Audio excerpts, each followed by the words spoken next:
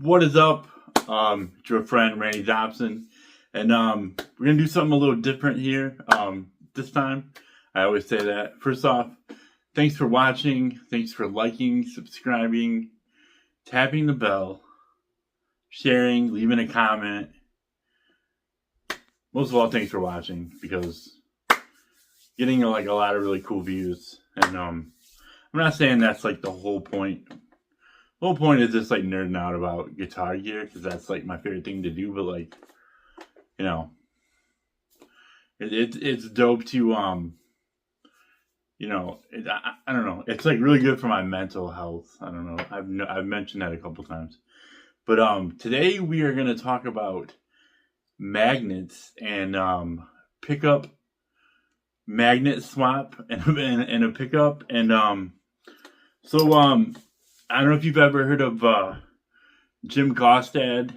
I think that's how you pronounce it. If not, I'm sorry.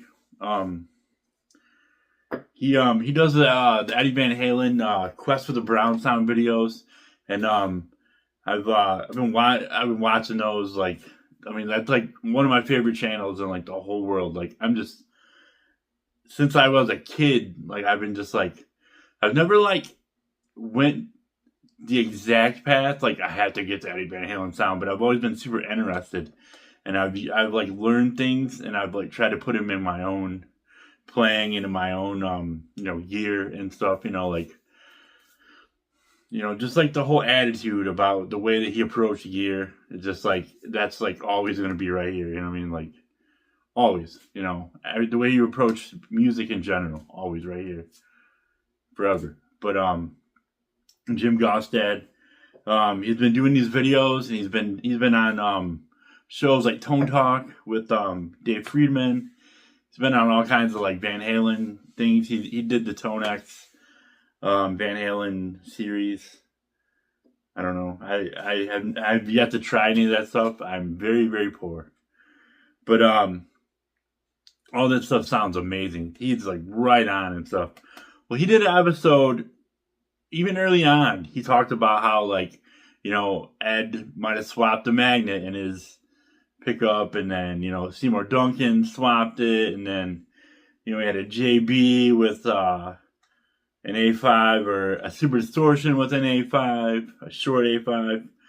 And I just got like really, really, I went and I'm like, man, I'm gonna look up every pickup I have and all the guitars I have that have humbuckers, and I just out of curiosity see what I have, and I was like, you know what, dude? Like, I got the Delonge Strat with the Duncan Invader, that ceramic magnet. What if I put an A5 in it? I got the Iceman with the X2N, with the DiMarzio X2N. What if I put an A5 in it? What if I put a 250K volume pot in the Tom DeLonge Strat? Like what would it sound like? Just using like the Ed brain, like what would it sound like? And so these magnets, I got two, they're called rough cast short A5 magnets. They were 2.5 inches long, but I took them to work and I grinded them down to 2 1/4. And I got 2 of them, and these were not cheap. And the only place that I could find, I thought they were going to be cheap. The ones in America, they're like $30 a piece, $20-$30 a piece. And I'm like, man, that's a lot of money. I found them really cheap, but they're in Croatia. There's a place called Q Pickups, guitarmagnets.com. I think that's what it says. Guitar magnets something, I don't know. My glasses suck, dude.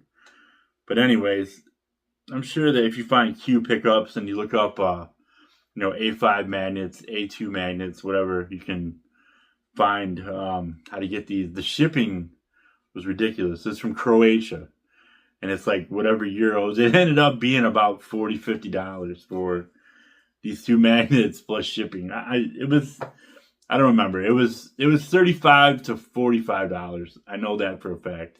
I can't find my invoice at the moment, but I feel like I'm talking forever. But this is what we're gonna do. We're gonna take we're gonna swap the magnet in the the Tom DeLonge Strat with the Duncan Invader, and we're gonna add a 250K tone pot.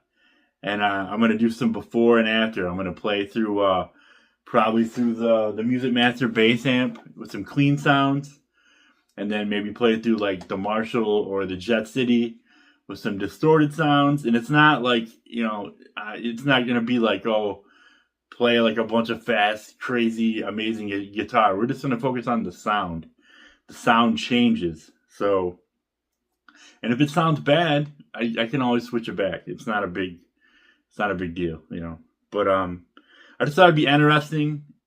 I'm like a total nerd, and I'm all about min-maxing, and this is like the most min-max you can possibly do, unless you had a way to like, I don't even know what I was thinking, but like, yeah, dude, colored side is south up polarity, so good to know. So I just read that. What if I wouldn't have read that, dude? I would have put them in wrong. But so anyhow, let's do it.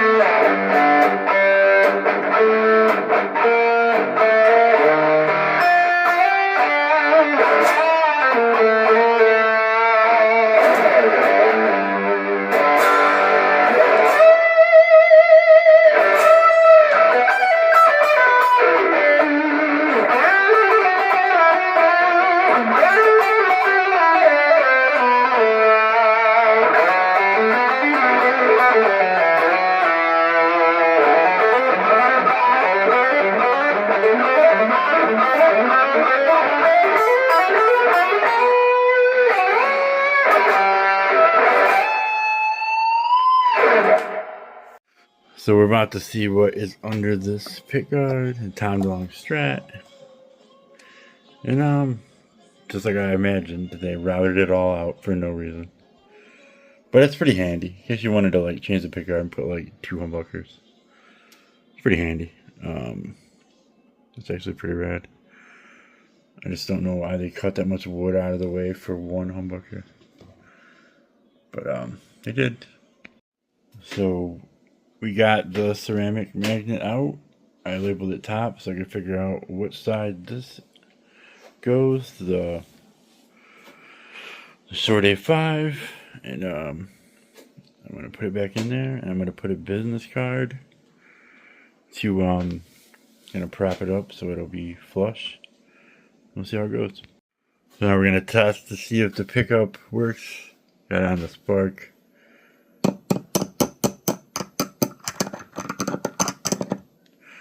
And it works. So we put it together right.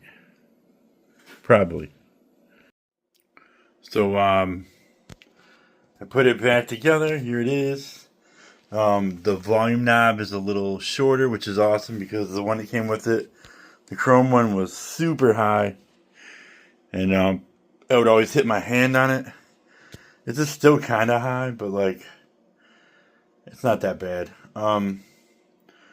If this still is, if it's hard to play still, I think I might have another pick guard cut and just like put that one up in case I ever want to put it back to stock and like sell it or something. But this guitar shreds. So I don't think that'll be happening. So let's see how it sounds now.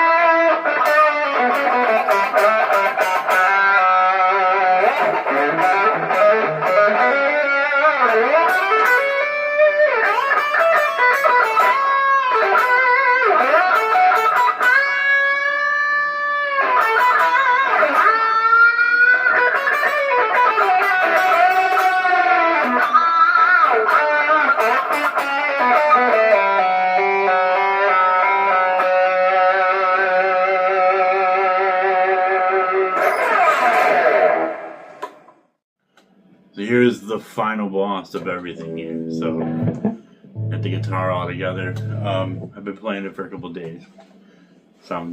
You can definitely tell the difference is immense. Here we got the JC800. It's a Variac at about 88 volts. I'm in my apartment, so I can't play super loud. It's also 10 o'clock p.m. But I just wanted to play a little bit just to show that.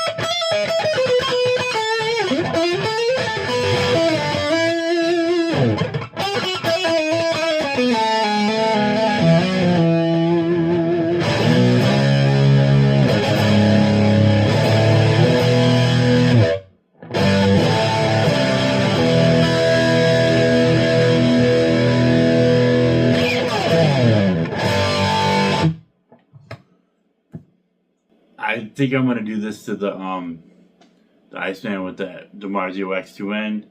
I think it really kind of tames it in the right ways, and it has like a more balanced feel instead of like very, very, very bottom pushed. You know, like low bottom, low mids pushed.